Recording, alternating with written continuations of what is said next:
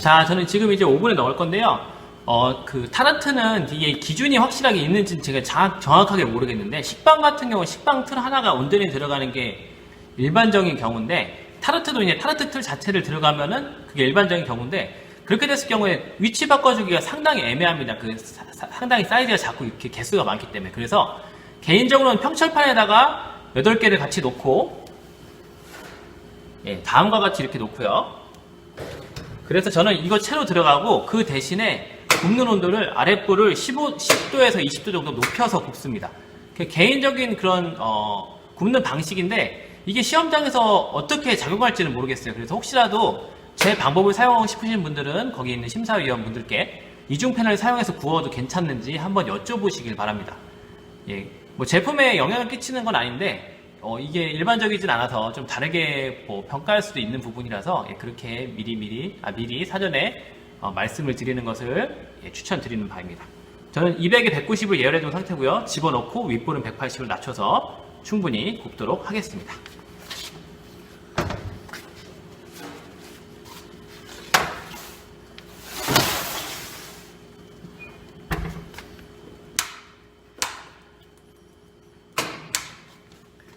자, 그러면은 이제 준비하실 건 뭐냐? 그 혼당으로 이제 광택제 바를 거를 미리 끓여서 준비하시지 마시고 굽고 나온 다음에 바로 이제 그걸 바르시면 되기 때문에 그 끓일 준비만 해주시면 됩니다. 예, 그거 보여드리고 나서 요거 어떻게 구워지는지 예, 보여드릴게요.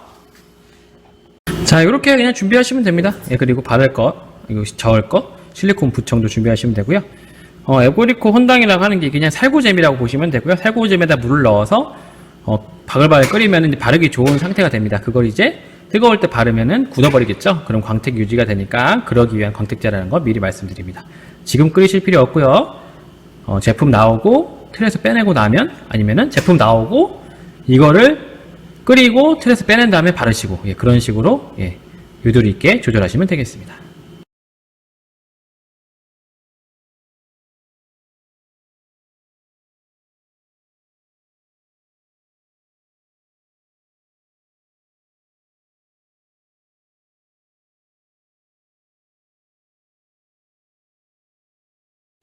자, 지금 정확하게 40분 구운 상태인데요. 색깔 잘 났거든요. 이제 빼서 잠깐 식히는 동안 에브리코 혼당 광택제 만들고 그리고 틀에서 뺀 다음에 바르고 예, 이자가 보여드릴게요.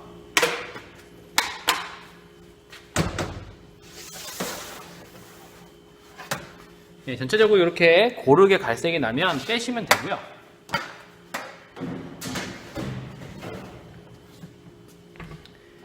빼서 틀에서 바로 분리하시지 마시고 이게 조금 부푼 게 가라앉을 시간과 좀 여분의 수분이 좀 날아갈 시간을 주시면서 그동안에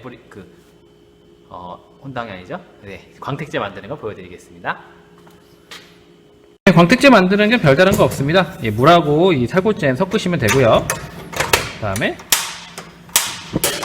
예, 바글바글 한 1분만 끓이시면 되는데요. 우선 살구잼을 사용하는 이유를 말씀을 드릴게요. 어떤 잼도 이렇게 똑같이 하시면 광택제로 쓸 수 있고요. 물을 안 섞으시고 그냥 잼만 가열하셔서 광택제로 사용이 가능합니다. 그런데 이 살구잼을 사용하는 이유는 살구잼이 향이 제일 적어요.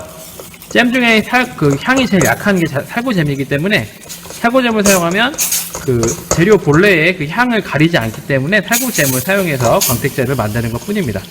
이게 뭐 엄청나게 다른 느낌을 주는 게 아니기 때문에 그렇게 알고 계시고요. 색깔도 딸기잼이나 사과잼 같은 경우는 이제 비슷한 색깔이 되지만 이제 향이 조금 이거보다 강해서 맛을 조금 가리게 될 수가 있습니다. 그래서 살구잼 사용하는 거니까요. 예, 살구잼을 왜 쓰는 거구나. 그 정도는 알고 계시면 되겠습니다. 덩어리가 있어요. 이거를 이제 푸시고요. 덩어리 완전히 풀리고 나면 한 2분 정도 팔팔팔 끓이시면 됩니다. 중간중간 옆에가 이게 갈색화 되거든요. 그런 것도 상관없으니까요. 닦아주시면서 같이 섞이게끔 하시면 됩니다.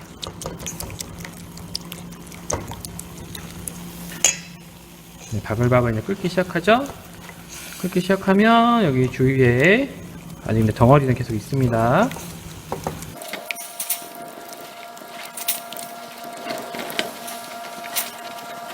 네, 이제 완전히 가열이 되기 시작하는데 이제 2분 정도 끓일 거예요.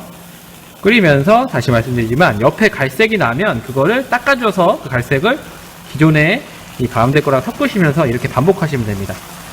이거는 반복할게요, 제가.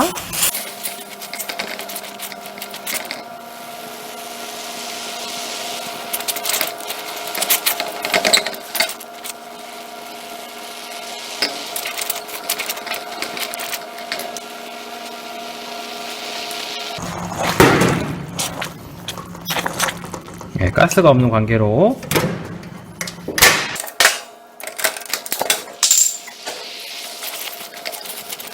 자, 딱 1분만 더 끓일게요. 자, 처음에 물은 수분을 잼을 풀어주는 역할이고요. 그리고 나면 다시 끓여서 수분을 날려서 잼 상태를 다시 만드는 겁니다. 자, 이 정도면 됐고요. 바글바글 옆에 갈색 가루 좀 났고요. 자, 이때 꺼서 지금 카라멜 냄새가 나요. 지금 타면서 옆에가. 그런 부분들 이렇게 묻히시면서 약간 갈색빛 나는 요게 뭐라고 해야 되죠? 광택지가 나와도 되니까 괜찮고요. 하다가 보시면 이렇게 갈색이 너무 진하게 나는 거 부분인데 이런 것들은 바르시면서 빼셔야 됩니다. 자, 이제 저는 발라보겠습니다. 자, 우선 틀에서 빼내는 방법은 다음과 같이 위를 잡고 뒤집으신 다음에 뜨거. 네, 이렇게 빼내시면 됩니다. 이렇게 장갑 끼고 할게요.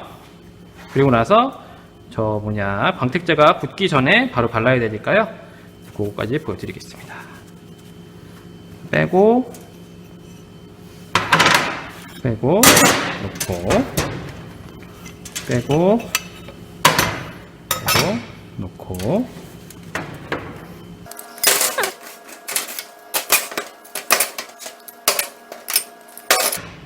자, 이렇게 빼내시고 나면 이제 광택제를 바르는 작업을 하겠습니다.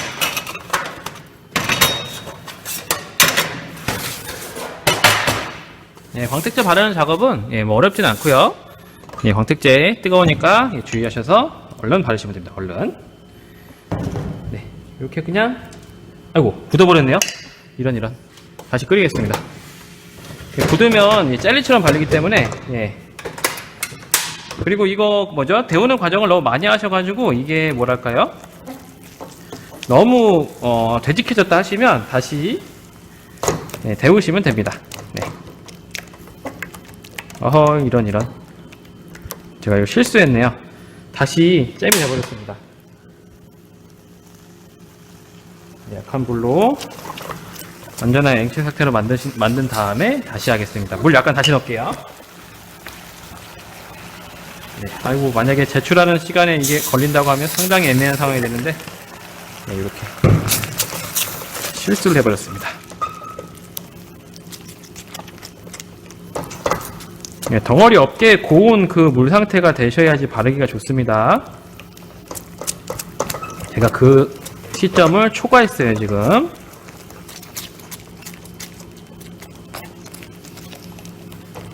풀어주는 정도까지만 하고 바로 바르겠습니다. 됐습니다. 바를게요. 지금 보이시죠? 이거 흔들리네요. 네. 황금빛이 됐는데, 이게 아모드 슬라이스가 붙어 올라오는 건 어쩔 수 없는 경우니까요. 그냥 감안하시고요. 바로바로 바르시면 됩니다. 겉면에다가 그냥 한 겹 바르신다고 생각하시면 되고요. 그냥 촉촉하게 광택이 나게끔 만드시면 됩니다. 제가 아모드 슬라이스를 너무 많이 뿌렸나봐요. 지금 바르면서 계속 생선 비닐 벗겨지듯이 비닐 벗겨져서 좋지 않네요. 이게 안 좋은 제품으로 설명드릴 수 있겠네요.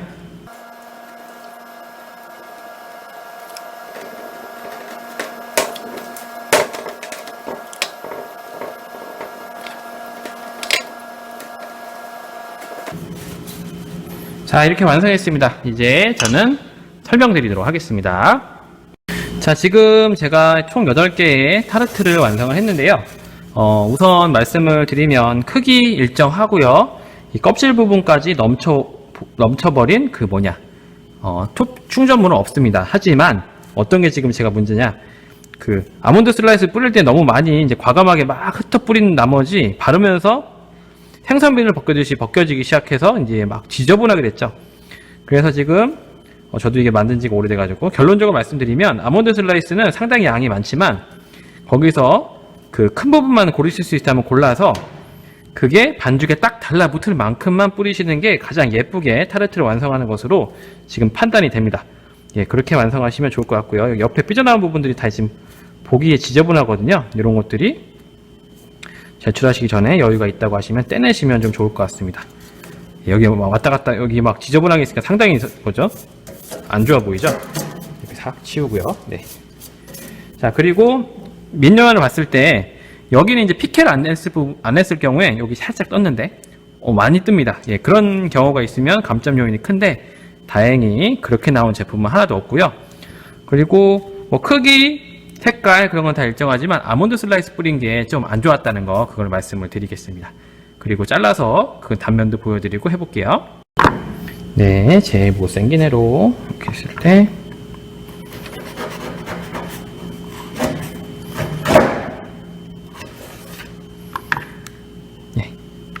네, 단면 같은 경우는 이게 아몬드 크림이 이렇게 아이고 초점이 안 맞네요. 예, 아몬드 크림이 그냥 이렇게 골고루 있으면 됩니다. 완전히 다 익은 상태면 되고요. 이거는 뭐 크게 영향 끼치지 않고요. 뭐 일정하게 일정하게 껍질을 틀에 맞추시고요. 피케 잘 하시고 일정하게 팬닝 하시고 일정하게 아몬드 뿌리시고 일정하게는 아몬드 뿌린다는 거는 반죽에 한 겹만 딱 덮일 수 있도록 큰 것들만 뿌려라. 시간 관계상 그렇게 할 수 있다고 하면 그렇게 이번 시간은 중요한 포인트를 정의할 수 있을 것 같습니다. 자, 그럼 마무리 해볼게요.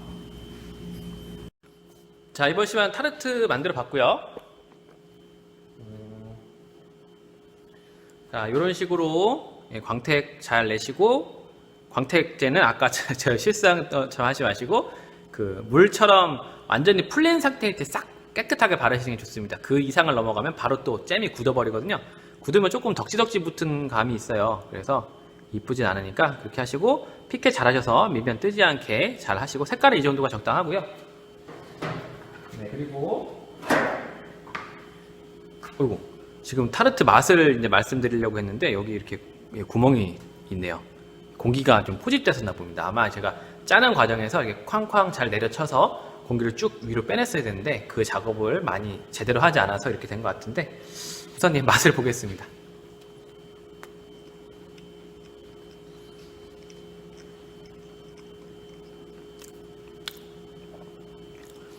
개인적으로 타르트라고 하면 그 바삭한 식감의 껍질을 좋아하는 편인데 지금 이제 익힌 지 얼마 안 돼서 아직은 눅눅한 상태예요. 그래서 맛이 좀 애매한데 좀 이제 식히고 나면 아몬드 크림이 좀 폭신폭신한 느낌이 있고 좀 아몬드 향이 강해요. 그래서 이게 좀 안 맞으시는 분도 있을 것 같고 그리고 뭐라고 할까요?